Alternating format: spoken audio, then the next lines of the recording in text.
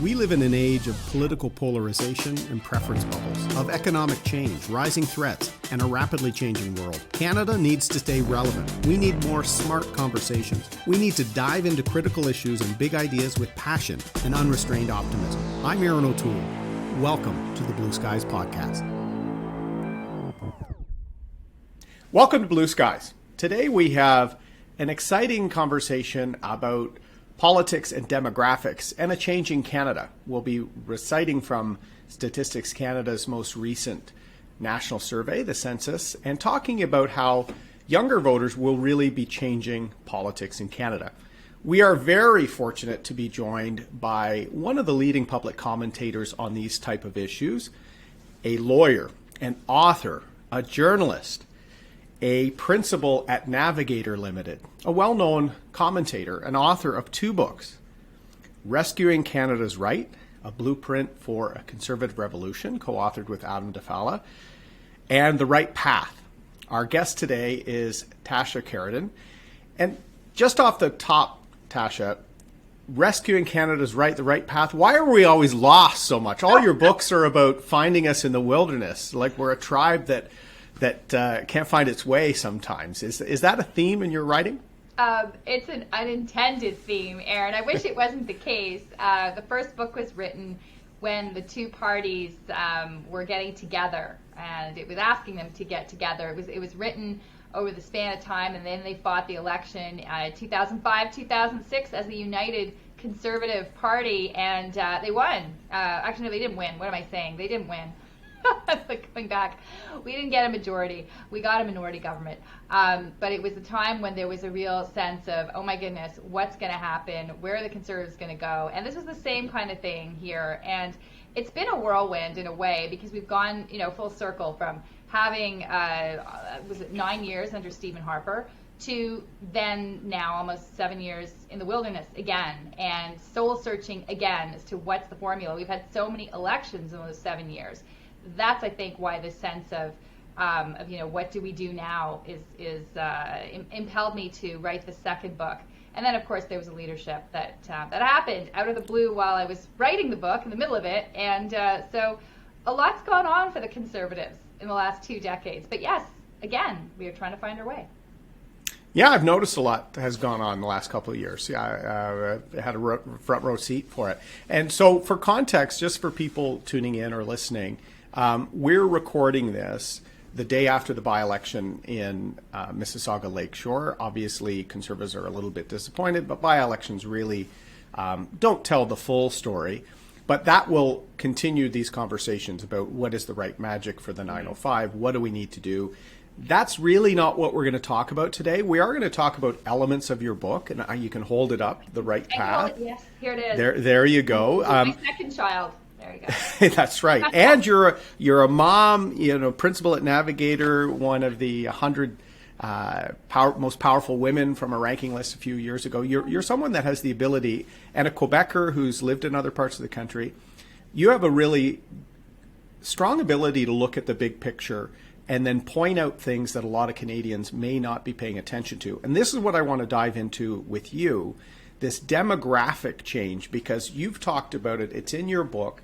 It's driving public policy, but I think a lot of people don't understand the major demographic shifts. So I'm going to do a quick primer. You can correct me if I'm wrong in any way, but millennials are generally born between about 1980 and 95.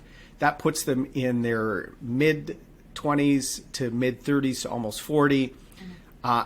8 million millennials in Canada, 33% of the workforce, and 35% of urban dwellers are millennials. Gen Z, 96 to 2005, roughly in their teens to mid-20s, 4.2 million voters are the Gen Zs we're going to throw around today.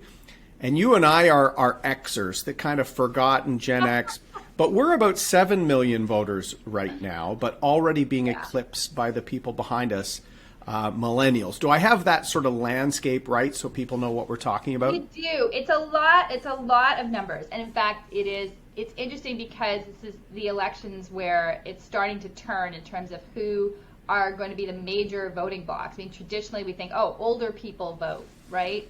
But older people also, well, there will be fewer of them at a certain point, and the millennials will become the main voting bloc. Gen X, we're kind of squeezed out. We never really were.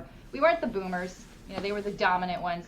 We aren't going to be the millennials. They are going to be the dominants of the future. But the Gen Zs are the really fascinating ones because they're the ones who've grown up, first of all, completely digital. Like their lives are online. They cannot remember a time when there were no mobile phones. And that sense of connection online is something that they're used to, but it also, on the other hand, makes them almost crave the sort of traditional face-to-face interaction too. In writing my book, I found a lot of that sense of I want someone to talk to me IRL, in real life. And that has big implications for politics because we think, you know, we do a lot of it online, but are we really responding fully to what drives voters and what's going to drive those younger voters too? And I think we think of all the generations, we think of the greatest generation, you know, that World War II era. You know, I still go to Sunnybrook to visit some of our veterans there. They have over 40 veterans over 100 years of age in Sunnybrook. But, you know, their children, the baby boomers, StatsCan, their census data that was released in the last year shows for the first time baby boomers are only a quarter of the population. And in some provinces, namely Alberta is a great example, there's already millennials outnumbering baby boomers. And what I found interesting, Tasha, and I'd love your comment on the urban dynamic to politics, and of course, you know, Mississauga and the GTA plays into that. Millennials are now outnumbering boomers in terms of living downtown in cities. Yeah, they are. In fact, Calgary has the youngest downtown in the country, believe it or not. But they also do gravitate to what I'll call the suburban cities. You know, like a Mississauga is a perfect example. It's a city in its own right, but it's also a community where a lot of people will still commute to work in Toronto proper. It's part of that GTA belt of cities that have grown up. And because they are slightly less expensive, because they are also, a lot of people, you know, a lot of the millennials may have grown up in those cities. They don't need to leave. They want to stay.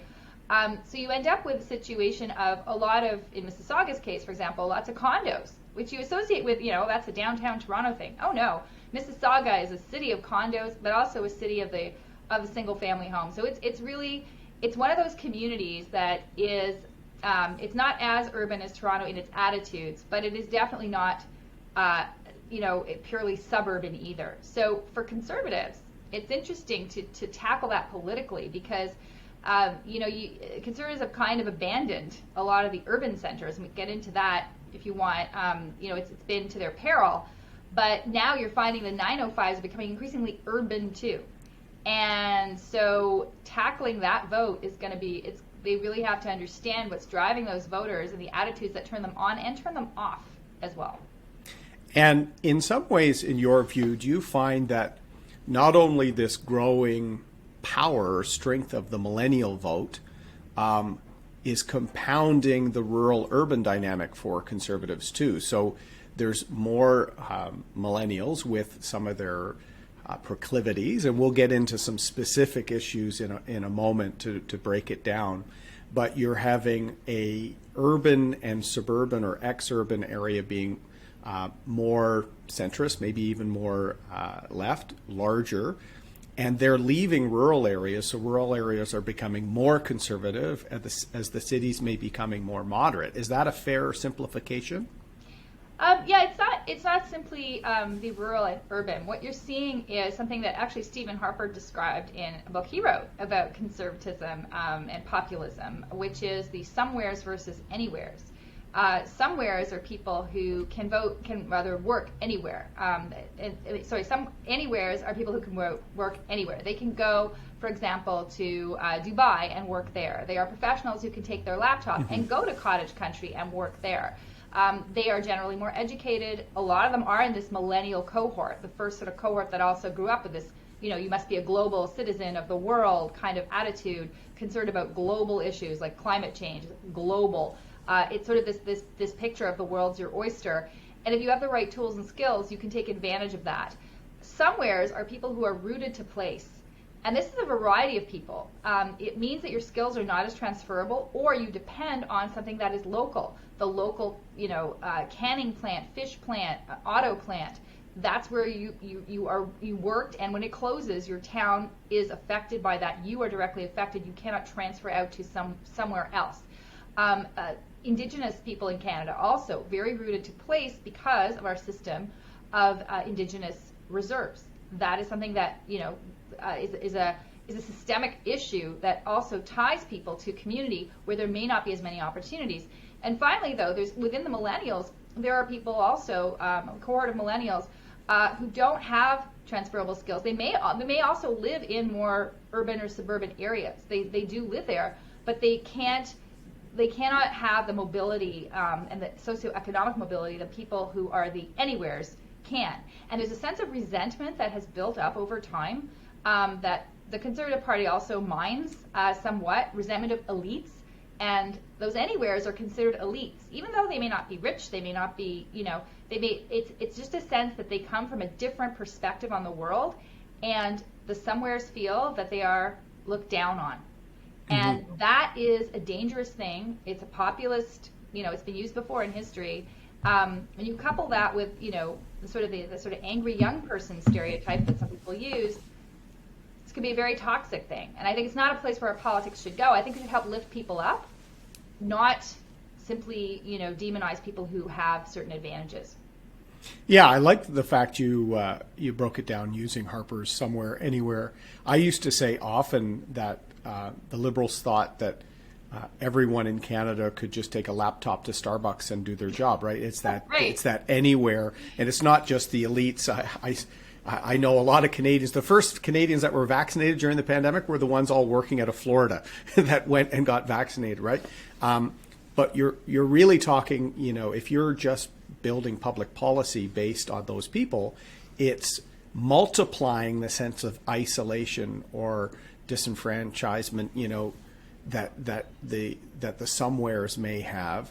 Mm-hmm. And we're seeing this build into social media, of course, with the World Economic Forum and some of the conspiracy theories related to Davos, so that the anywheres, these global elites are making life bad. Are these things that millennials kind of scoff at and Gen Zers scoff at, or are they sort of swept in by some of these online meme culture and pseudo conspiracies that play into some of that populist dynamic? They are. I mean, there's a subset within millennials, I think it's 11%, who are considered lone wolves. It's actually, there's a demographic breakdown. I use this word because it was a demographic breakdown done by a study that I quote in my book. It was done by Environics, very, very comprehensive, breaking down each of those cohorts, the millennials and Gen Zs, into subgroups. And within the millennials, you have people who are strivers, diverse strivers. They're the people who would be considered probably the most global, to your point. And at the same time, interestingly enough, a lot of them are conservative. They don't tack left. There's a larger section, though, who are concerned with things like environmental policy, big global issue, or who lean left because, to your point, they're sometimes, in fact, just feeling that they are left out by the system. Their complaints about the system are different from the complaints of the right. They think it for example, discriminates against minorities. It discriminates against Indigenous people. It discriminates about anyone who wasn't part of the system when it was built. And so they want to change it in their way. But millennials as a group are more left-leaning than Gen Z. Gen Z is actually the most polarized generation, and that's partly, I think, due to social media. Gen Z lives on social media in a way that no other generation has. They are also the younger generation. They are, as you put it, the oldest ones are 24, and the youngest ones they're born in the early 2000s. So they're the youngest ones are not even voting yet. Of the Gen Zs that vote, 18 to 24 is the only bracket right now. So they're not a huge voting force. But when they are all of age, only about 6% of them consider themselves center, which is interesting. The rest of them are all either left or right, and they identify with that based on experience, on identity, a lot, and on woke politics, which is an issue that I know that will come up in this conversation because it always does. Their experience with that has turned many of them into conservatives because they don't like it. So they have a lot of strong opinions, but they also feel they aren't listened to. That's the other piece, right? They want people to listen to them, and they don't feel that they're necessarily being heard. Well, that's fascinating because I think one of the things we're looking at with the impact of social media on politics and preference bubbles and performance culture, all of this stuff seems to be driving the left further left and the right further right. And so you're saying the impact of that generation, Gen Z, who has grown up just sort of accessing their news and all information through these filters or filter bubbles, they identify as left or right, and very few would find themselves in the center left or center right. Whereas our generation or the one before, vast majority of Canadians were always kind of in that center, and it was you had to have a piece of that, whether you called them blue liberals, red Tories, swing voters, a whole range of things. If you didn't sweep them into your coalition, you weren't going to win a majority government. And we've seen now 2 elections with Conservatives winning the popular vote, even in a pandemic where there was a lot of concern on a single issue. It wasn't efficient enough to lead to seats. Are you seeing the Gen Zers as not being swing voters then, if they're going to be solidly in these camps, and the parties will then have to sort of plant themselves firmly in the far left or far right to get those votes? Well, there's 2 phenomenons at play. They consider themselves ideologically, but not politically, and there's a difference because they're not joiners. This is the thing with Gen Z, is that they will identify on issues, and they will identify, this party is speaking my language on this issue. I will vote for it in this election. I interviewed a lot of young people for the book, and what I heard from them was interesting. One guy who was a Poilievre supporter in the leadership had voted NDP, he had voted Green, and he was now of age, he would be, next election, he'd be voting, he said, Conservative. Why? Because in each of those different elections, the party had offered something that mattered to him in that moment. And it's curious because for more traditional voters, we think, if you get your voter when they're 18 and they vote for a certain party, you have them for life, right? That's what you always hear. Get them young. That doesn't hold true for this group. They have principles, but those principles they inform their vote, and if a party seems to adopt them, or if they believe that party will move forward on what they care about, they will go there. So it's a different voter. They have this. It's a sense of it's swipe. A rejection of labels. It's swipe, they're going to swipe, right? It's I voted on that, therefore I'm free game on the next swipe, I guess is what you're saying. And our Canadian politics, especially the Maritimes and Atlantic Canada, you might know, generational families were Tory or Liberal, or right, and so get them young, or get them voting in accordance with how their parents voted, and you'd lock them in. That doesn't exist with those young voters. Yeah, get them voting is important. Voting, period. If you don't vote when you're younger, you're less likely to vote, and that holds true for everyone. But the way you vote is less true today. So you'll get them politically engaged, and that's something that I think is very important. Young people today, they have so many different interests, demanding their time.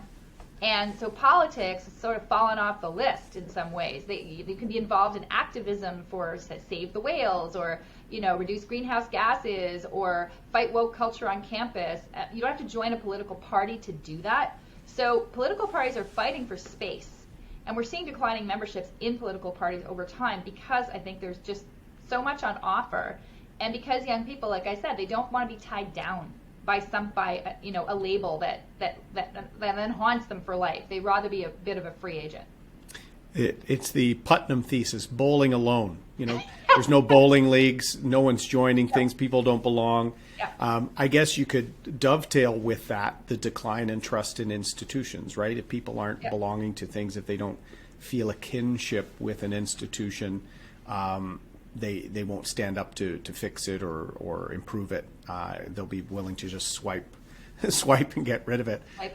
So you're showing already just how younger voters already are changing politics, and parties have to try and appeal to them without changing some of their core values. And I think that would be the challenge for conservatives. We often joke the Liberals, their unifying core principle is victory. And so whatever it takes to win, they will win. Whereas conservatives, we're always a brokerage trying to represent generally a free market, smaller government, personal responsibility party, but with a whole range from libertarians right through to social conservatives and Atlantic Canadians, where generally there's a little bit more role for social supports and government intervention, less so in the West.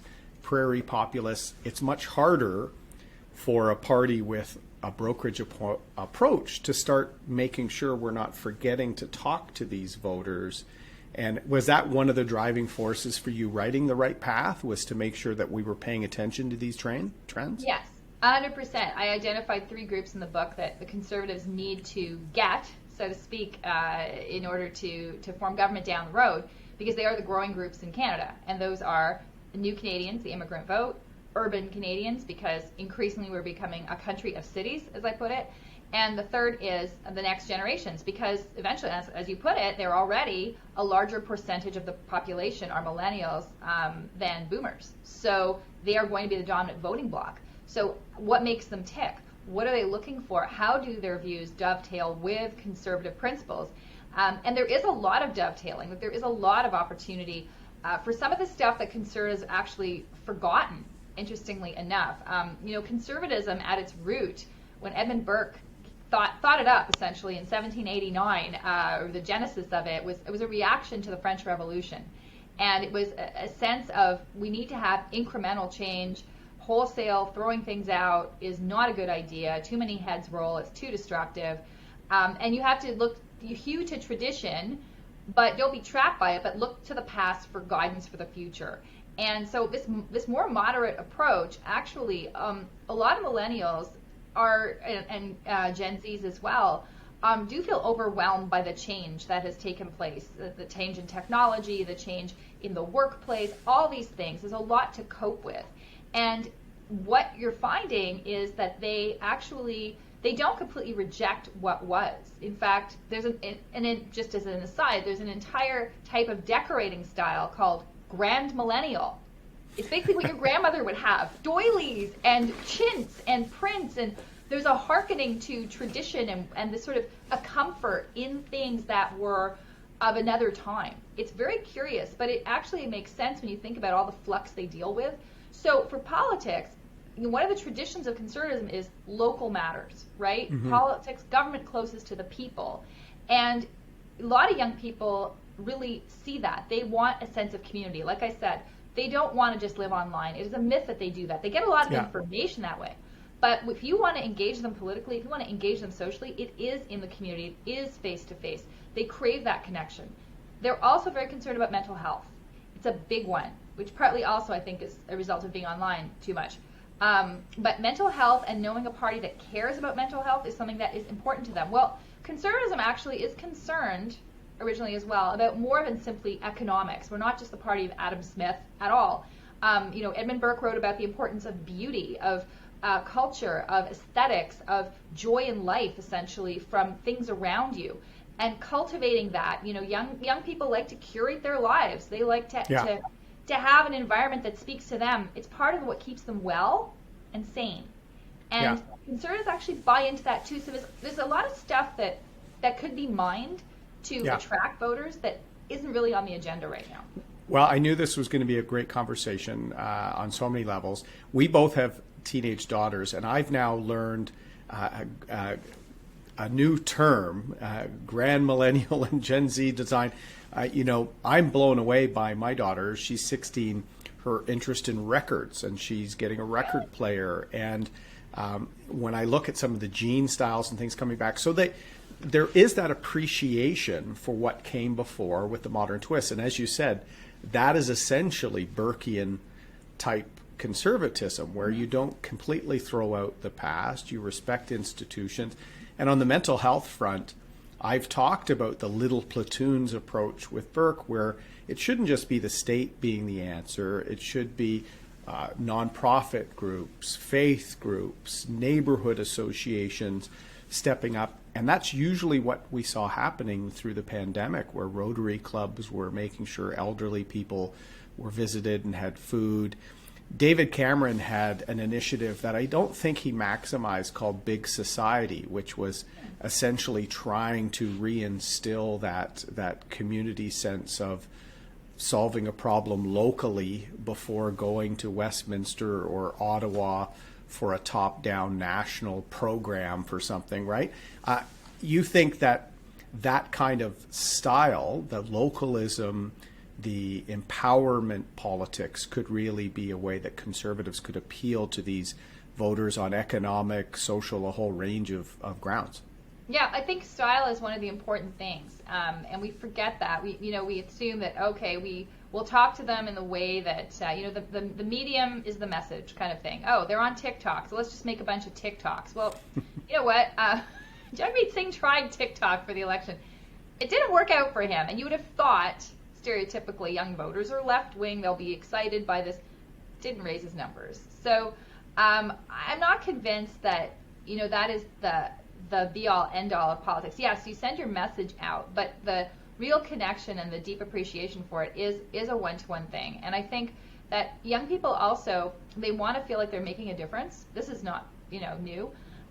So engaging them, and not just spitting information at them, but engaging them, hearing what they have to say. They desperately want to be heard. I heard this over and over again. No one's listening to us. No one's listening to us. We want to be heard. So town halls, forums, workshops, things of very small things. I remember when I was a progressive conservative, my God, how long ago was this now? I was almost 35 years ago. We'd go and do little workshops in nowhere, Quebec, outskirts of Drummondville or Sherbrooke or wherever, piling into someone's car to go and teach people how to run, an election campaign, or teach young people skills about how to public speak and get their message out, or engage in lawn sign campaigns, or whatever it was that they were going to do around elections. And those little groups, it was a lot of work, but those little groups, those people are still involved today. Like, I run across those people that I met today in politics. So it sticks with you. It's that passion. And young people want to find a purpose. So I think, we need to give that to them, and we need to say, and the Conservative Party doesn't have a youth wing. I think it's tragedy. I've been saying this for years, and I know it was abandoned in part because the Reform Party didn't have one. They believed in equality. It's not about being unequal. It's about a social sense of belonging. Young people want to hang out with their friends. They don't want to hang out with old people. They don't want to hang out with me either. My daughters don't want to hang out with me either. It's like she wants to be with her friends. Yeah. So you give them a club, basically, with their friends in politics. They'll stick around. And the Conservative Party needs to reach. That's when I first saw you and developed respect for you, when you were youth president, or you and John Williamson were kicking in doors and bringing back the death penalty, hang 'em high. And I was living in Winnipeg getting my wings and went to the big convention. It was the first time I'd ever gone to a political event, and it was quite something. And it's that belonging, that fraternity, that connection that can often draw people into something. So listen, we could go on just about the nuances of this, but I want to drill down on a few specific areas, because we know millennials and Gen Z are, completely digital or largely grown up on that. They haven't grown up with the sort of the Reagan and Thatcher and the sort of Brian Mulroney, the sort of post-Cold War conservative political philosophy, neocons and all this sort of stuff.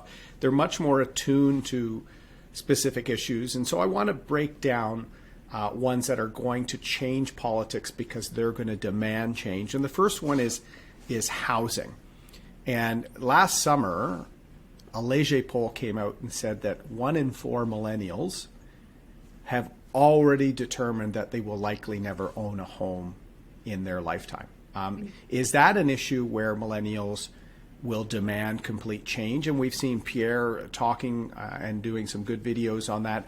Is that going to be an issue that that generation kicks the door in on? It might be. It's just difficult to see how at the federal level that's going to track, because housing is chiefly a provincial and municipal level. And you're seeing conservative governments, especially Ontario here where I'm sitting, where you're sitting, who are tackling this because they have the levers. They have the levers on development charges, and they have the levers on property tax, and they have the levers on zoning.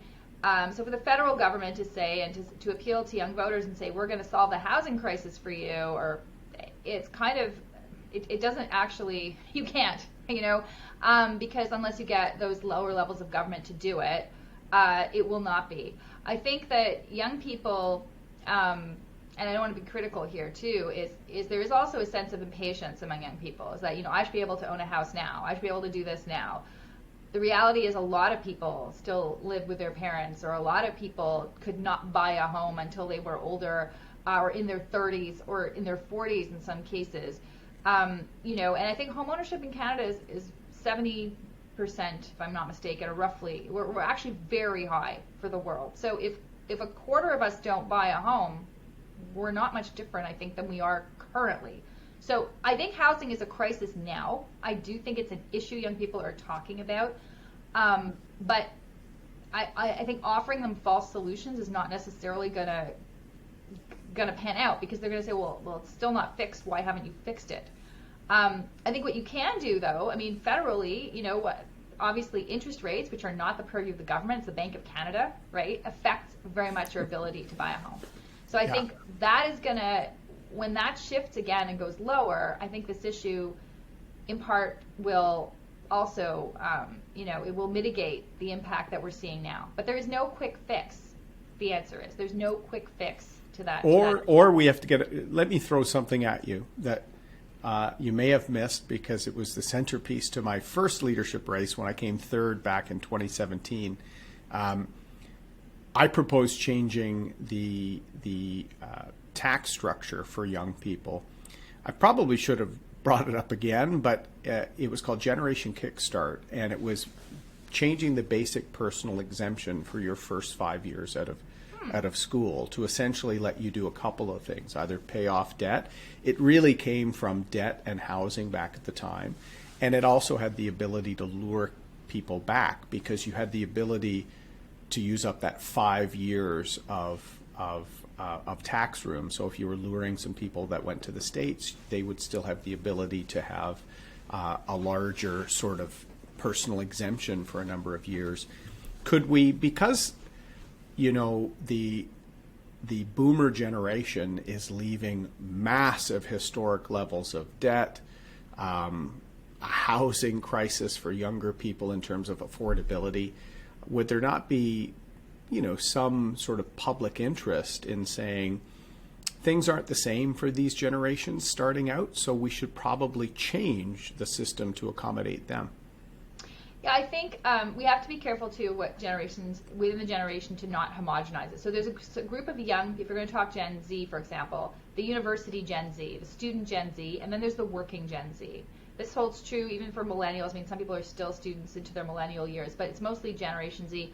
The experience of a university student who's taking on a lot of debt, to your point, is going to be not earning necessarily, big income after they leave school to compensate for that, versus the young person who goes into a trade or goes into a job earlier in their life, does not do post-secondary education in the same way, will be earning money earlier, gets an earlier start, but over lifetime will not earn, right? Will be out-earned eventually by the people who have his cohort who has the education. When you're looking at those two groups, I think for the university piece, the debt load they're taking on, some kind of relief on that debt load, yes, I think is an issue the Conservatives should look at. To your point, whether it's you have a different personal exemption structure, or you have a way of alleviating that debt over time, or anything that can be done in that respect, because that is a burden they carry with them that haunts them, that they can't buy a house if you still have a massive debt from school, right? For the other group, I think there's an issue that is different, because they will maybe have funds earlier on. They may not need the same kind of help earlier on, but as time grows, that discrepancy is going to get wider, and skill sets they have that may have served them as a younger person may not. They can fall into the trap of the somewheres and anywheres we talked about earlier, but they may be then not having upgraded those skills, may be trapped if the industry they're in or disappears, or they're not able to use them anymore, and then they end up being the left behind, the older generation you see now who's not, able to achieve in society what they want and to, in some cases, even find employment.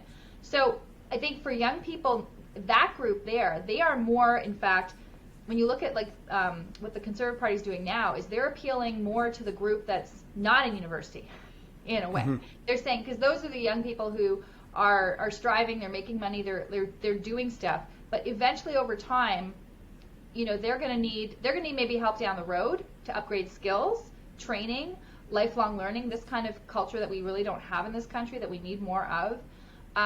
Whereas their university peers paradoxically won't need the help down the road, they may need it now. So you have to, when you talk to young people, you have to be sure who you're talking to as well, because it won't resonate. The same conversation won't resonate with one group or the other. Fascinating. Really good insight. Okay, another hot topic, one that I think our party has struggled with younger voters especially, are social issues. Here I'll share a tough personal story. My daughter, who's 16, 14, 15, over the last few years when I was leader, would hear people in the class who knew her dad was the Conservative leader saying, oh, the Conservatives can't win, they're homophobic, they're this, they're that, they're anti-women. For the younger voters, issues like abortion, issues like LGBTQ rights and equality rights more broadly, aren't even open to some sort of form of debate.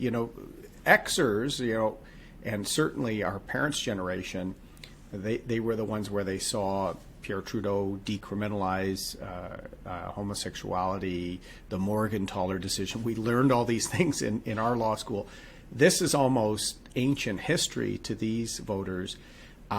Does the continual sort of challenges our party faces on the social policy front lead a lot of people to just say, I may be open to their economic message, but until they become unequivocal on rights, I'm not going to vote for them? What are your thoughts on this issue specifically with millennials and Gen Z?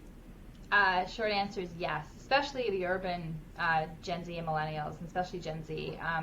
They are very much in favor of equality for all in terms of LGBTQ rights. They don't get why anyone would discriminate against people of same-sex orientation who want to get married or do other things.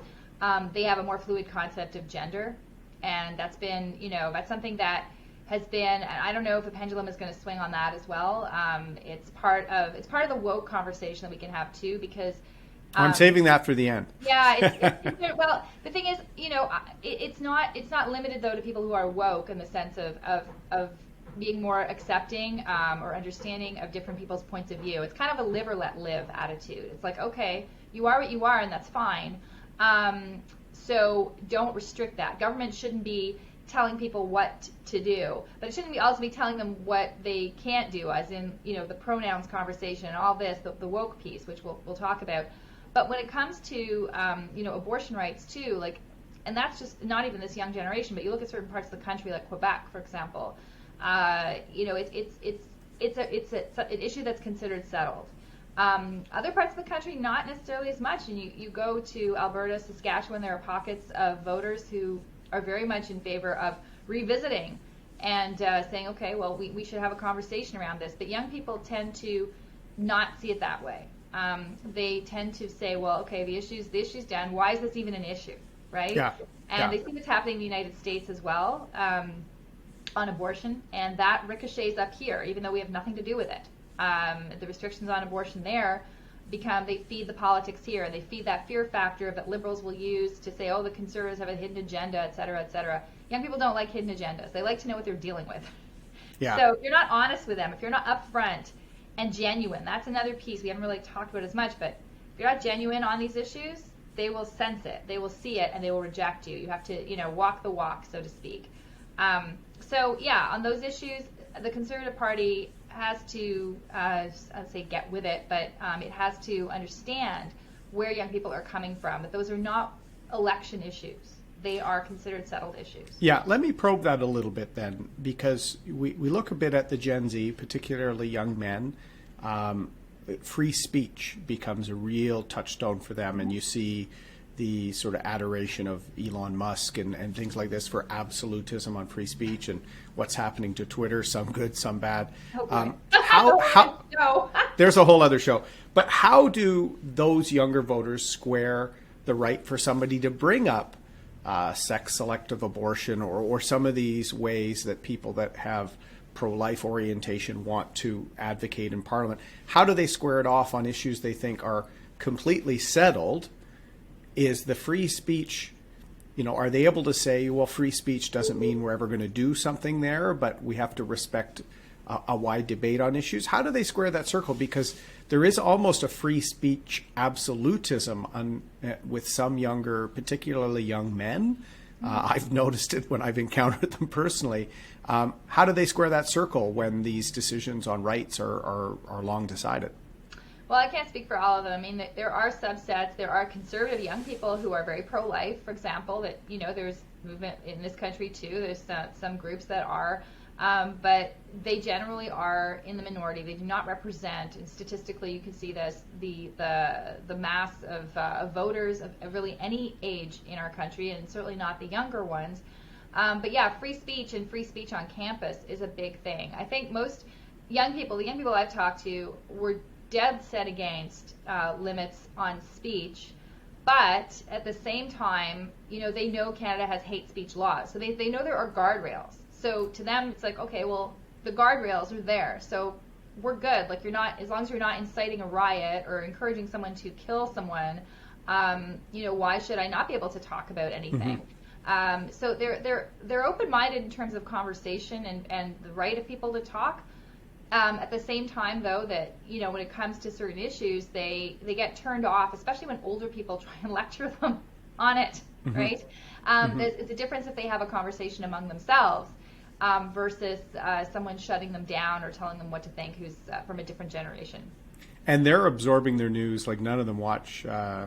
Sorry, CBC, but none of them watch Power and Politics or they're all consuming. No, and I found this when the Roe v. Wade was struck down in the U.S., one of the women my wife follows on Instagram put out this thing of, here are conservatives in Canada that support what is happening in the States, and my name was listed.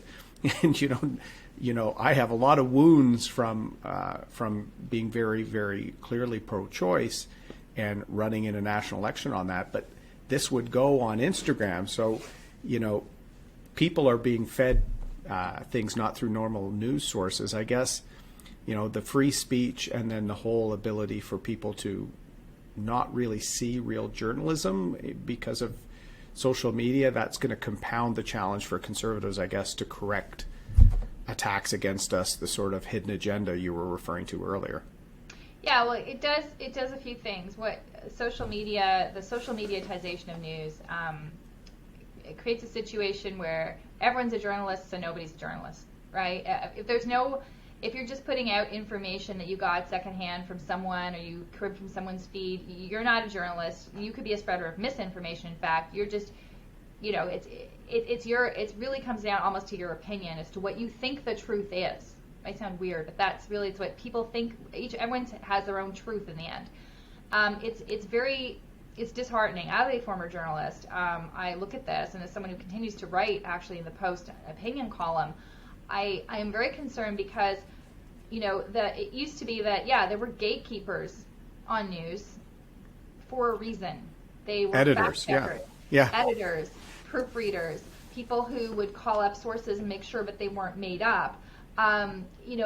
Those were gatekeepers, and those gatekeepers still need to be there to have actual. And so when you deride gatekeepers, I get frustrated with that because they're not all the same nature. There are good gatekeepers too. And those gates have to be maintained so that people can get correct information and trust those sources.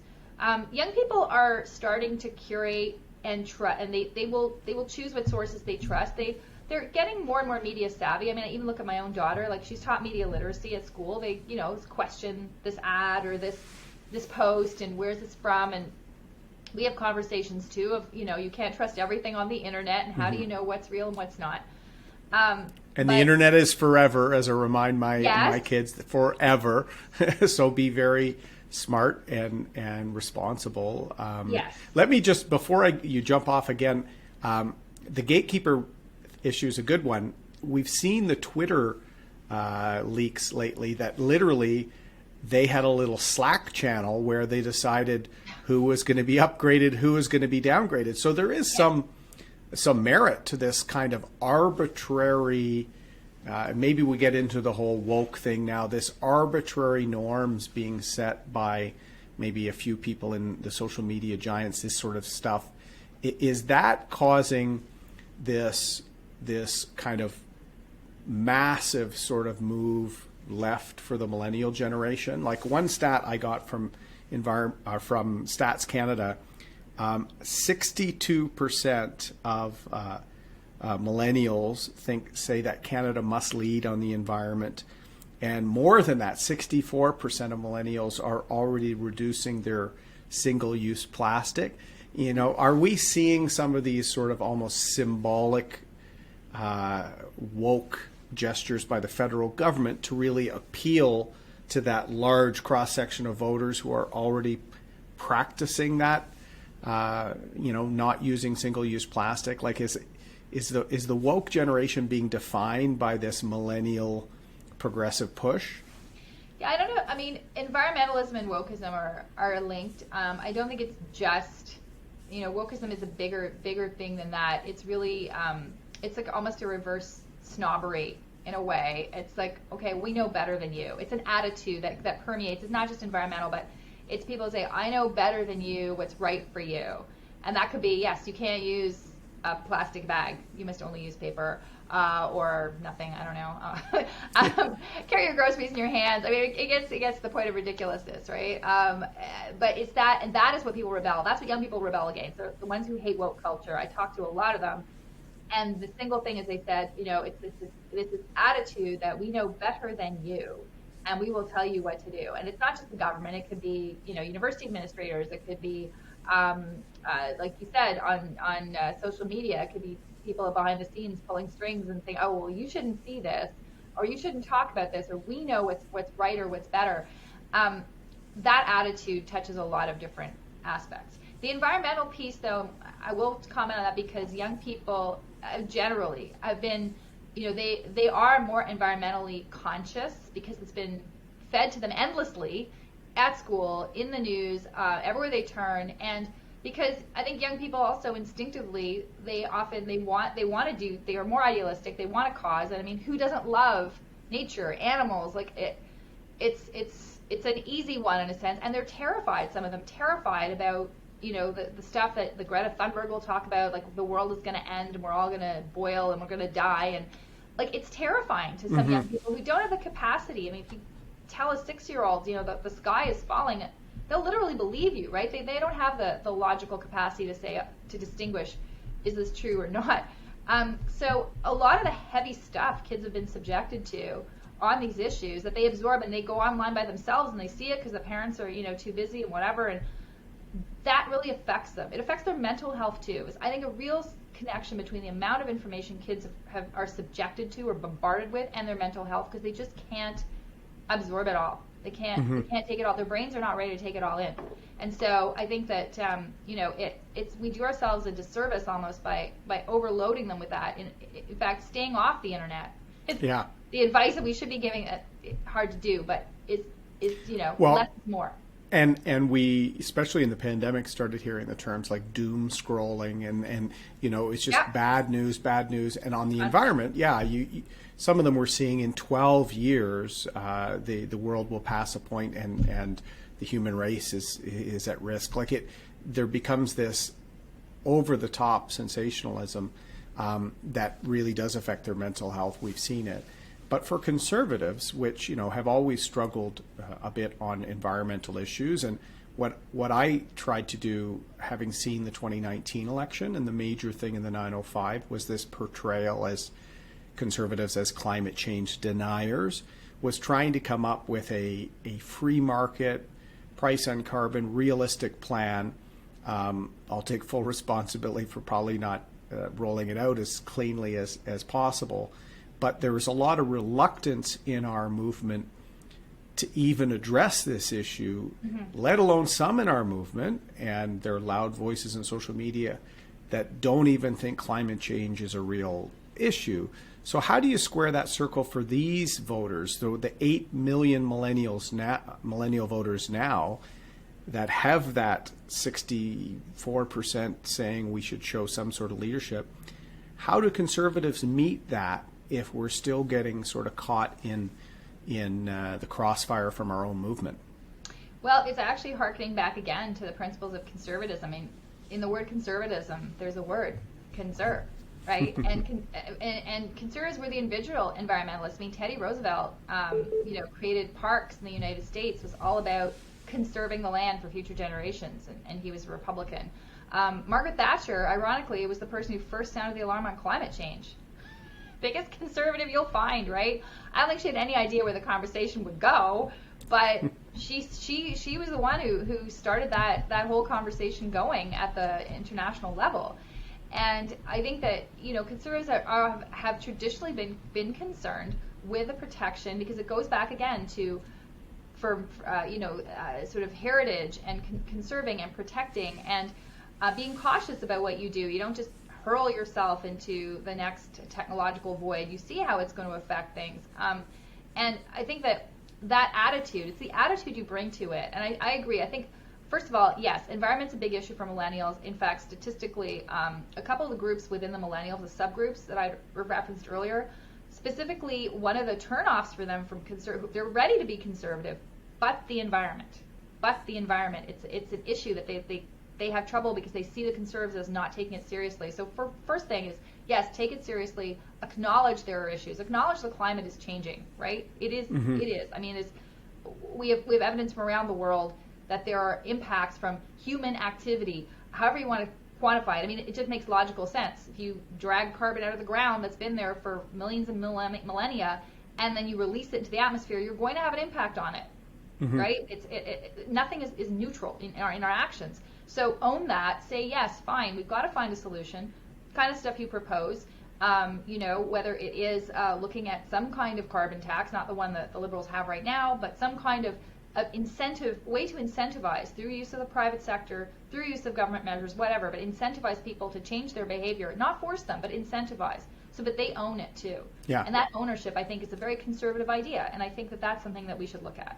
And encourage private sector investments in technology. Absolutely. There's a big announcement happening on fusion today, nuclear fusion, which would be a huge boon for the world, since most of climate change is from coal burnt for electricity generation. So let's get on to the final topic quickly. We've touched and danced all around it, and that's this sort of wokeism. And can you break down for us, because what is interesting is the Z generation, smaller than millennial but trailing along behind them, seem to have been really affected by this wokeism. And you talked about this earlier, where there's very few of them in the center. They're left or right. So some obviously either embrace it or reject it. Wokeism is everything from this condescension you talked about right through to Sir John A. Macdonald and cancel culture and all this. How do we address the past? Well, we do it by socially engineering the future, and it's going to mean these groups were ascendant, so they're going to have to pay. Is this here to stay with millennial and Z? Is wokeism at its? Are we peak woke and we're going to be going down? What's your view, having talked to a lot of people and written on this in Right Path? Well, I'm not sure if we're at peak woke. I think it evolves. I think there's pendulums and they swing. I think what you're seeing, I remember political correctness in the 1980s, which was kind of like, much like wokeism, in fact. You don't use certain words. You use euphemisms for things. You wouldn't say disabled or crippled, God forbid. That would be a terrible word. You would say differently abled, for example, and you would find a way to not discriminate. And this is the issue. It's a lot of identity politics, right? And so identity politics informs wokeism. It's a sense that, we must enforce equality, essentially, like you said, bring some groups down in order to bring others up. It's the sense that the pie is finite, right? You can't grow the pie. You've got to cut the pie into slices and accord them, and someone will decide that. And it's not you. It's going to be, usually government. But it's also your teacher. This is the thing. This is, I think, why young people are so affected by it, because they've grown up in a school culture where wokeism has become, the schools have become very much social justice institutions. I have a problem with that as a parent, simply from a learning perspective, never mind ideological, because when you stuff all these things into the curriculum, you have your anti-bullying day, and you have this, day of this and day of that, and there's a constant crowding out of the basics that kids are failing at: reading, writing, arithmetic, like the things they should be doing in school that they have to learn that I can't teach my child. That's why I send them to school. And they're crowded out by this desire to reshape, the child's view of the world. And I think, encouraging children to treat everyone equally, yes, respect those values, yes, but it's taken to a point where some kids feel it's being shoved down their throat and they rebel. And you see that with the kids at university who, like, I talk to, they're like, I've had it. I've had it through high school. Now I'm in university. If I turn in a paper that has a different view from the professor, if I question their view of the world, their woke view, I'll get a C. Like, this is wrong. And that, in fact, is the opposite effect that the woke group or generation wants to impart, because it teaches these kids that it's the opposite. They rail against it and they become very angry. Social justice, to me, of course we should have justice in this world, but the words have become, they've become almost perverted to a certain view of what social justice is. Fairness and equality of opportunity, 100%. Fairness and equality of outcome enforced by someone, no. Because not everyone is going to have the same abilities, not everyone's going to have the same talents, not the same chances in life, but that's the part you can work on, is the opportunity piece, and say, okay, we're going to give you all the tools. What you do with them in the end of the day is up to you, right? We don't do that. We don't give kids in poor neighborhoods the same tools at school and the same funding that we do in wealthier neighborhoods, where parents will top it up because they can, right? That's something government can address. Say, okay, places where you can't, that would be a conservative local idea. Well, we're going to compensate for the fact that, your parents are working 2 jobs and they can't donate money to the bake sale and stuff and have the art program. We're going to fund the art program so those kids have a chance. But the point is, you're not predetermining the outcome. You're giving people the same tools and things, and then they will do with it what they will. So that, to me, is the antidote to wokeism, is opportunity. And I write about that in the book, is conservative opportunity. Because there's embracing the concept of opportunity, which people think is fairer at the end of the day, including young people, than simply saying, you get this, you get that because of who you are, as opposed to what you can do. Equality of opportunity, and as you're referring to it, almost improving our public education system, education as the great equalizer, so making sure that areas that are underfunded and maybe have more challenging outcomes for the students are given more attention.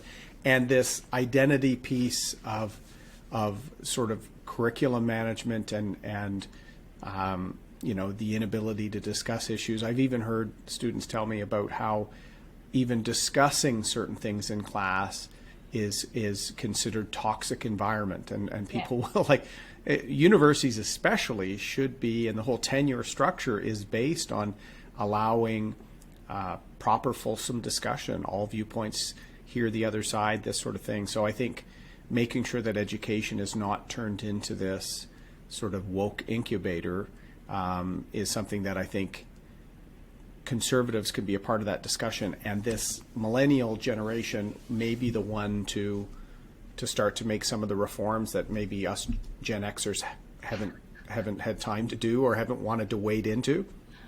Maybe. I think change will come. I don't know what's around the corner. It could be worse. This is the thing, right? Be careful what you wish for. But I think that I think there are enough young people who have lived through this that they will be the ones to bring change. I don't know if the millennials are the ones as much as the Gen Z who will really be the warriors on this, to say let's push back and let's say, okay, let's have a sane conversation about this. Let's really look at practical solutions too, not simply victimizing identity politics, that kind of thing. I think they'll say, well, what can we really do to fix this? It's not about blaming and isolating different groups. It's about giving people the tools that they can use. So how do we do that? What's the practical way? Does it involve government? Does it involve private sector? Does it involve resources? Does it involve attitude? What's the change that's needed? So I'm hoping that they get fed up enough that they do find that place, because we've been complacent on it. We've let it happen essentially and not done anything really about it. Well, this has been a fantastic discussion, Tasha Kheiriddin. Fixing things, rescuing movements, like you're always in there helping. I've got one final question just before we sign off. Okay. Lawyer, journalist, thinker, author, mom, bilingual, lived around the country. When are you running for office? I ask myself that question every day. I don't know the answer yet. I'll tell you when I know. Well, listen, thank you for contributing to public policy dialogue. I think we need more longer form discussions in this age of doom scrolling and swiping. I think the more we can have smart, thoughtful commentary, challenge voters, challenging the status quo, and looking at the horizon. This is called blue skies for a reason. When you're blue skying something, you're actually trying to be optimistic, come up with solutions. I think conservatives, this 8 million voter strong millennial group now, just behind them the Zs, they're going to demand us have smart conservative solutions on a range of policies. And I think you've started the conversation. So thanks for blue skying all this with me today, Tasha. You're welcome. Thanks for the opportunity, Erin. Thank you.